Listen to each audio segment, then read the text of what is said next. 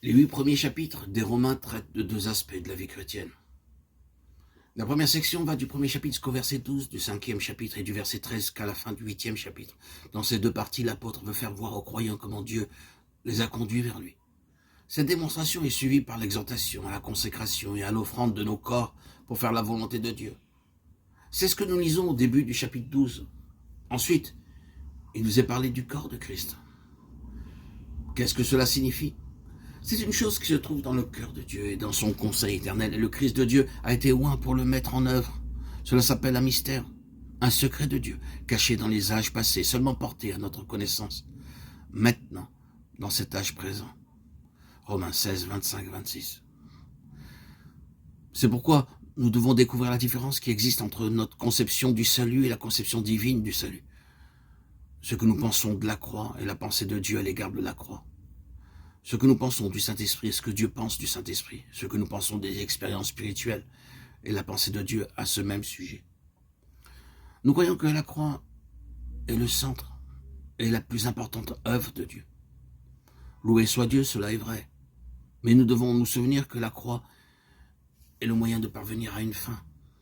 La croix n'est pas une fin en elle-même, le divin moyen, c'est la croix. Mais la finalité divine, c'est le corps. Si vous connaissez la croix comme Dieu désire qu'elle soit connue, vous retrouverez inévitablement dans le corps. Quand la croix effectue quelque chose de spécifique dans votre vie, vous êtes dans le domaine du corps. Il ne peut pas en être autrement. Si vous n'êtes pas dans ce domaine, c'est à coup sûr parce que la croix n'a pas accompli son œuvre, ou du moins que son œuvre n'a pas été pleinement achevée. Qu'est-ce que cela signifie ? De nos jours, la sainteté personnelle est très recherchée par certains croyants, c'est vraiment très précieux. La victoire dans nos vies est aussi une chose désirable. Il en est de même du salut. Loué soit Dieu pour le salut. Loué soit-il pour le pardon de nos péchés, pour notre justification devant sa face et pour la délivrance de la puissance du péché. Mais souvenons-nous que Dieu n'a pas seulement déterminé de nous sauver et de nous accorder des expériences spirituelles comme la délivrance personnelle et une vie victorieuse, la sanctification personnelle et ainsi de suite. Tout cela pour que nous soyons des centaines et des milliers de chrétiens individuels, des unités séparées, toutes pourvues d'un tel cœur pour Dieu. Ce n'est pas ce que Dieu cherche. Il se peut que les enfants d'Abraham soient comme le sable du bord de la mer, mais ils ne sont pas chrétiens. Le Seigneur n'a jamais désiré que les chrétiens soient des unités séparées. Je ne sais pas si vous avez vu cela ou non. Il est très facile d'en parler. Je pouvais le faire autrefois. Je suis honteux de confesser que durant des années, je pensais savoir ce qu'était la doctrine du corps, essayant même de la pratiquer, mais sans voir la chose, la réalité. Lire un guide de voyage au sujet de Londres ne remplacera jamais une visite dans cette ville. Apprendre la cuisine dans un livre ne pourra pas remplacer la chaleur des fourneaux. De même, la connaissance de la doctrine du corps de Christ ne remplacera pas la vision. Toute la difficulté aujourd'hui réside en cela. Nous pensons aux chrétiens en termes d'individus. Nous pensons que le salut est une chose individuelle. Il en est le même pour la sanctification, la délivrance et la victoire. Nous situons ces choses dans un contexte personnel. En tant que serviteurs de Dieu, nous sommes heureux si le troupeau suit le Seigneur, lit la Bible, vient en réunion de prière, ayant une vie digne et droite, en expérimentant la délivrance du péché dans une certaine mesure. Mais cela n'est pas le corps. Un jour, quelque chose d'autre arrive, et ce jour est pour vous un jour béni, un jour extraordinaire. Le Seigneur ouvre vos yeux pour réaliser que le salut se conjugue avec le corps. La sanctification personnelle se définit dans le corps. La puissance de l'esprit est vécue dans le corps, et que l'expérience de la croix est liée au corps. Vous voyez que la divine pensée, c'est un homme, non pas une compagnie de petits hommes. C'est un homme. Le Seigneur Jésus lui-même et son peuple ne formant qu'un seul homme devant Dieu. Toute la pensée de Dieu est centrée dans le Christ et nous sommes en lui. Ce n'est pas seulement une question liée à la tête, mais au corps. Loué soit Dieu. Des individus pécheurs sont sauvés. Vous commencez en tant qu'individu, mais vous devez finir comme membre dans le corps. C'est cela la divine pensée. Dieu travaille pour obtenir cela. Et il n'enlèvera pas autre chose que cela. La croix est pour cela, pour ce corps corporatif, ce Christ corporatif, pour cet homme nouveau, incluant tous ceux qui sont dans le Seigneur. C'est ce que Dieu désire. Nous devenons partie de Christ. Nous devenons coparticipants de Christ. Vous savez que je viens de Chine, je dois prêcher dans les villages rencontrant de simples croyants et j'ai l'habitude d'utiliser des illustrations simples. Je me trouvais un jour dans une simple réunion de croyants dans un village. J'essayais de leur dire quelque chose au sujet de l'unité du corps. Ce que veut dire c'est un corps unique. Je me rendais bien compte qu'il leur était difficile de comprendre cela. Si tout ce qui concernait la nouvelle naissance était au-delà de la compréhension de Nicodème, la question d'un corps l'était bien plus pour un simple Chinois. Il ne savait pas ce que cela pouvait être. Nous ne sommes pas tous un, nous sommes des individus. Comment pouvons-nous être un? J'ai beaucoup prié à ce sujet.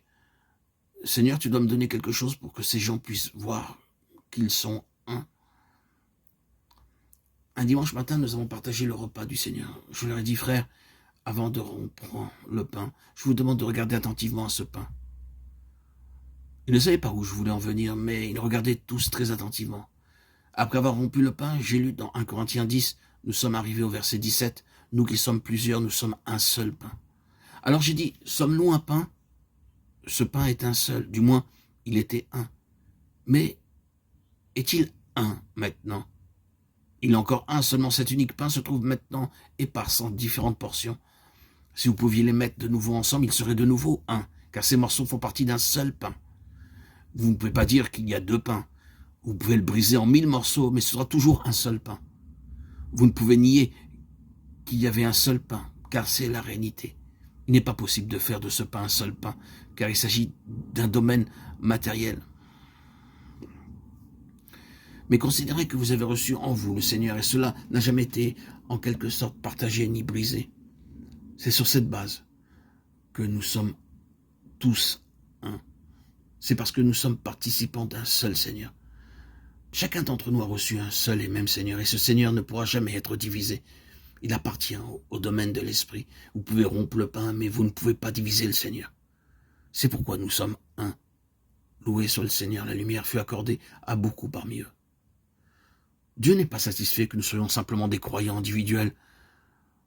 Quand nous croyons au Seigneur en devenant participants de sa nature, cela signifie que quelque chose s'est passé. Vous êtes devenu un membre d'un seul corps que Dieu édifie. Il n'est pas satisfait par ce qui est individuel. Nous abordons maintenant le domaine pratique. Dieu doit nous donner dans un premier temps la révélation afin de pouvoir saisir ce qu'il désire. Mais qu'est-ce que je désire moi-même? Est-ce que je recherche des expériences spirituelles? Ou soi-disant pour moi-même? Est-ce que je cherche à faire des convertis pour mon organisation, pour ma dénomination? Ou bien pour qu'ils soient sauvés et leur éviter l'enfer? Ou bien ai-je vu la vision de ce qui est céleste, de l'homme céleste? Est-ce que je travaille pour parvenir à cela? Oh. Frères et sœurs bien-aimés en Christ, c'est quelque chose de tout à fait différent. Tout change, même la question de la délivrance du péché, de la sanctification et de la victoire. La finalité de ces choses n'est plus la même et deviennent partie d'un tout.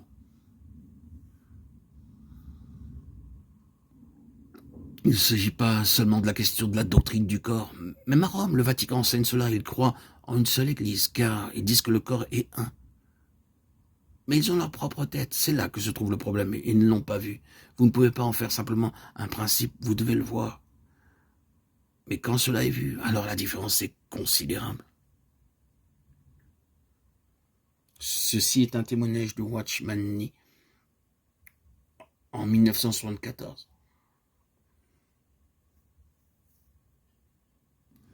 Ce message a été traduit du chinois et a été quelque peu abrégé.